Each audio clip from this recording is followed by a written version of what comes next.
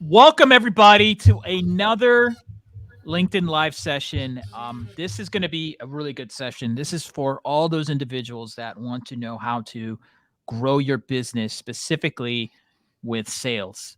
Sales cures all, as the infamous Mark Cuban says, and I could totally attest to that.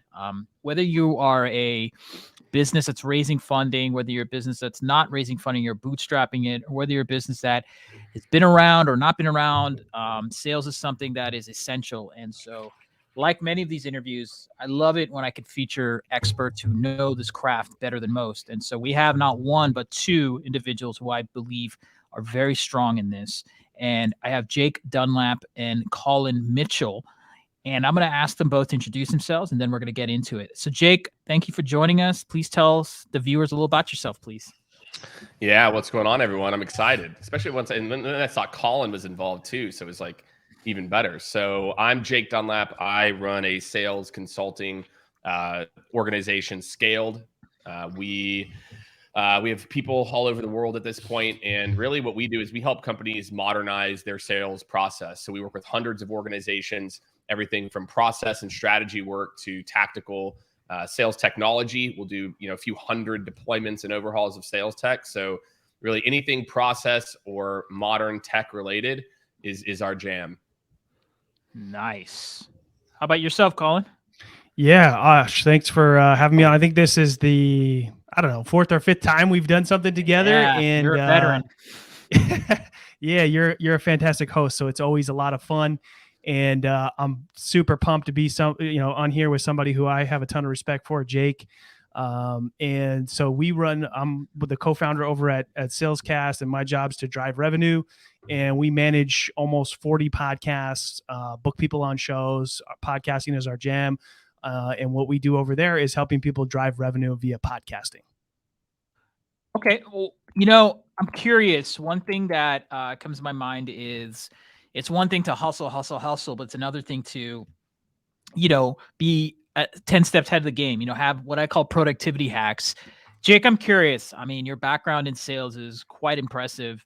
Do you have any daily or weekly kinds of things that you do to help you ensure that you hit your sales goals to your best ability? Yeah, and I'll go back to, like when I was a frontline rep too. And candidly, it's about discipline and constant improvement. Meaning, one of the reasons I think that I excelled very quickly in my sales career is I was the interesting part is like I'm not like a super organized, but for some reason, when it came to my day to day, what I realized is when I had a routine, I didn't stress out. When I started to realize not what my company told me my numbers were, you need this number of activities to get that. Every person's different. And so once I knew my numbers, I'm like, I was one of the first people in. I'd get my first call block out of the way first thing in the morning. And so I you want to start your day ahead. And so I think what I did early in my career is built routines that would then, if executed in a above average way, would lead to great results. And then the other part is never stop growing. Sales and customer experience is just evolving very quickly. So if you're, and if you're getting all your education just on the job, you're not spending an hour or two studying, going and watching. I literally, I was on a phone call yesterday with 50 reps at an NBA team. And how many of you record your meetings? This many hands went up. And I'm like, I don't see any hands up. That's right. I'm like, how are you going to get better? If you're not watching your own game film and you're not just like the best of the best athletes, if you are not doing that too, and I was able to do that. And I think a lot of people, look, we all hate the sound of how we sound. We hate how we look, but it's about getting better. And so I think that's what I really did. I built routines. And then I would go in. I didn't wait for my boss to coach me or tell me. I would look at what the response was. I said X, they did Y. And I did that a lot early in my career. So I feel like it's just like a 401k.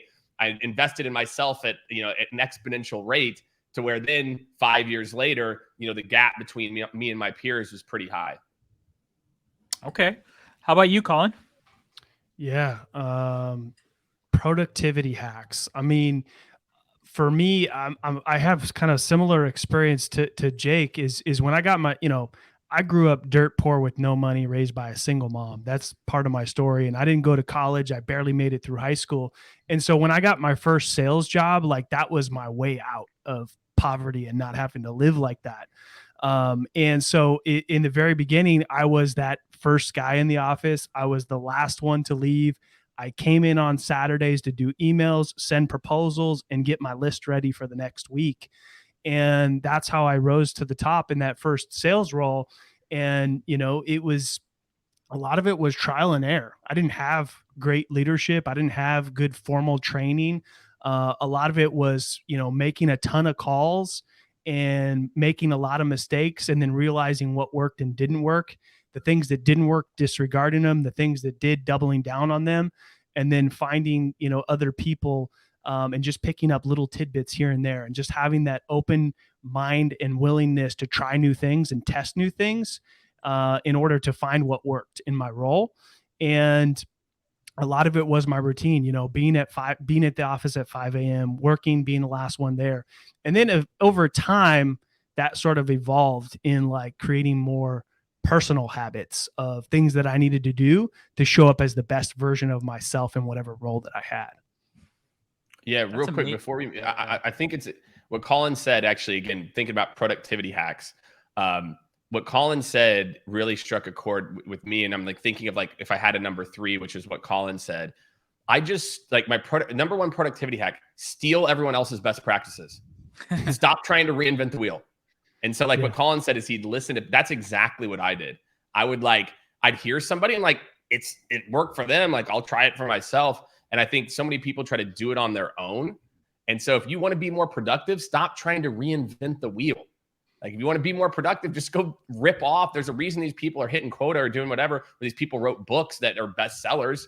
Like just go do what they say. And so Collin, I think that that reminds me again, I'm kind of going back. I'm like that. I think that was actually one of my biggest productivity hacks. Yeah. Yeah. Stealing what's working from others for the win. Google. It's called Google YouTube. Yeah. And and today it's like way easier than it was even before. Oh, God, like yes. So many people, including Jake, like give away so much stuff for free. Like That's if you just picked 3 to 4 awesome sales thought leaders to follow on LinkedIn and implemented 10 to 20% of what they're putting out there, you'd be crushing your numbers. Is there any books, I'm just curious, that either of you have read also that's helped you? Yeah, man, I've got lots. I mean, early in, especially, but I go back to some of these books now. There's some classic sales books by like Zig Ziglar and this guy, Brian Tracy. One's Art of the Close and Secrets of Closing the Deal, I think are the names. I might be butchering the names of it, but you can just Google it. And because sales is a mix, it's a mix of technique and it's a mix of process. Sales is much more science than what people realize. But if you're looking for the technique stuff, those like older school guys, I feel like really capture kind of what human nature is. And then I think newer school sales books, if you're building a team, there's one called Sales Acceleration Formula by Mark Roberge. Or if you're trying to up your own game, Challenger Sale, I think is still a good one to read. Yeah, some good ones. I actually just got Challenger on Audible right now, so I'm listening to it. Oh, there you go. I just had 2 of the people that work on Challenger on my podcast, and I was like, I think it's time to read that one again. Tons of good stuff in there. And so, yeah, I also like, I'm a big fan of Selling from the Heart from Larry Levine. I like that book a lot. Yeah, I love Larry. There's a ton. I mean, I could go on and on. Andy Paul's got a new book coming out that's going to be pretty awesome. Yeah, I mean, there's nice. Tons. Okay. Just look for the top sellers on Audible. Speaking of the thing that also goes well with productivity, for what I've learned in sales, is planning. So let's say for anyone, and I'll start with you, Jake, how do you plan sales goals? Is it weekly? Is it daily? Do you have a planner? Do you spreadsheet it, right? Like, tell us your process if you were starting out with your business in the early days to hit success. Yeah, I mean, I've got a philosophy, which is you take care of the day, you take care of the week. You take care of the week, you take care of the month. You take care of the month, you take care of the quarter. You take care of the quarter, you take care of the year.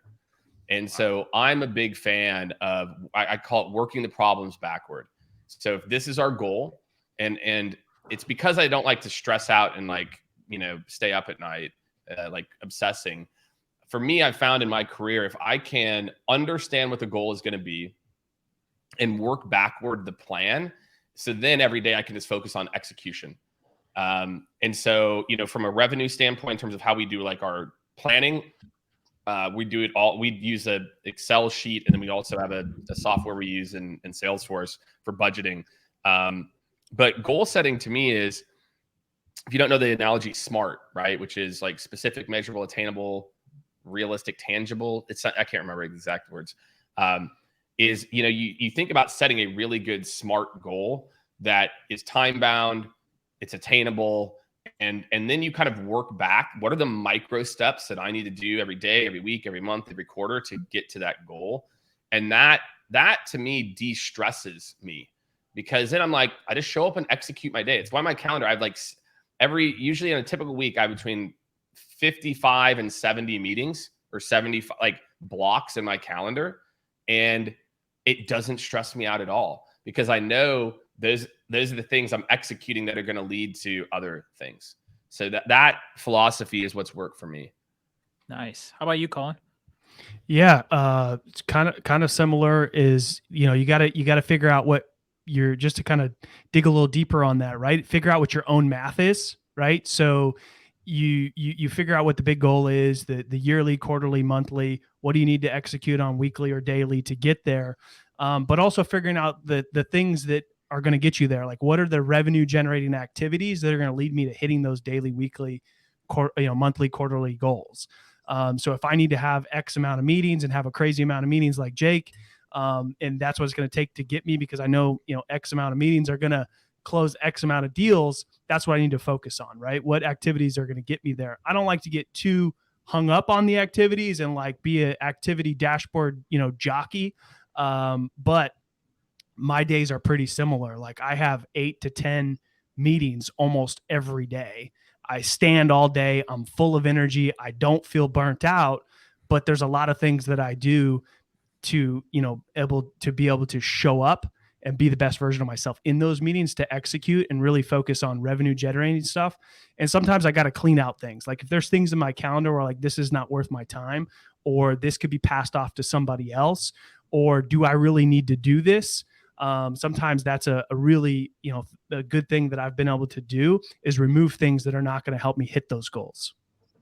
And I think, Collin, you brought up a great point, which is, so I see a lot of people focus on projects, right? Or they're like, well, this thing needs to get done. And when you actually peel back the onion on it, it's like, is this thing actually going to move the needle? Or are you doing this project because you think you should be doing it? And I think in my organization, that's what I try to like really be on the lookout for, is this a project that like is actually mission critical now? Or to Collin's point, is this something like, if we kick the can 60 days, we're going to be fine. And so let's replace it. And that's what I do too. And Collin, we've talked about this, like every Sunday, I will look and probably move 4 to 6 hours of meetings from the week coming up or the next week, because my priorities, when I booked the meeting, maybe however long ago, that was a priority, but now it's not. And so if you're constantly focused on what's important in the now and the mid and in the long term, and what can I move now to make sure I'm focusing on what's most important, that's kind of a constant process that I think I try to implement pretty consistently. Yeah. And sometimes it's not even like, do we need to kick it, but like, do I need to be doing this? Or is there somebody else on my team that can do it just as good? Nice. No, I really like that. That's really sage advice.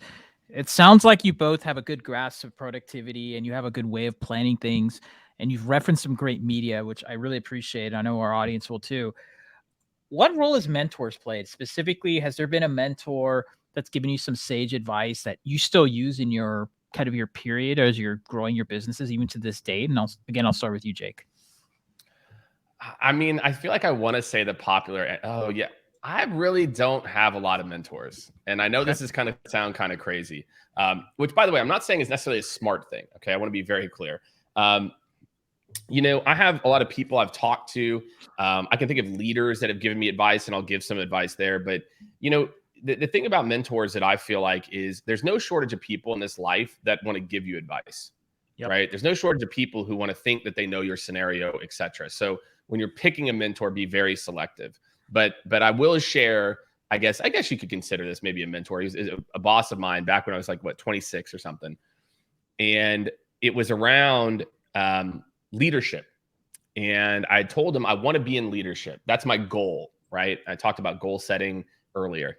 And he said, leadership isn't a goal.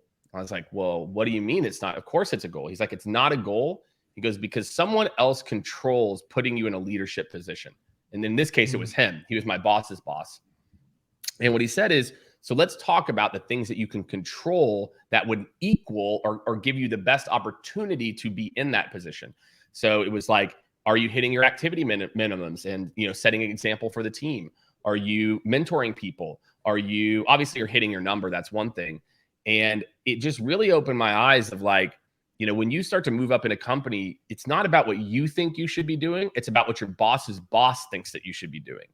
And so that piece of advice about controlling what you can control. So I did it. And sure enough, I got promoted to leadership 2 months later over a person. I had been there for like 5 months. A person had been there for 2.5 years because I listened to him, and he, you know, you got to anchor in what your boss's boss wants. And so that to me is the closest thing I think to like a mentorship moment that I like remember very crisply. How about you, Collin? Yeah, I'm gonna give you guys a good one here. So I also don't have, I've never like hired coaches or mentors, or I mean, I didn't even have a dad around as I was a kid. So that was like a kind of a weird thing for me.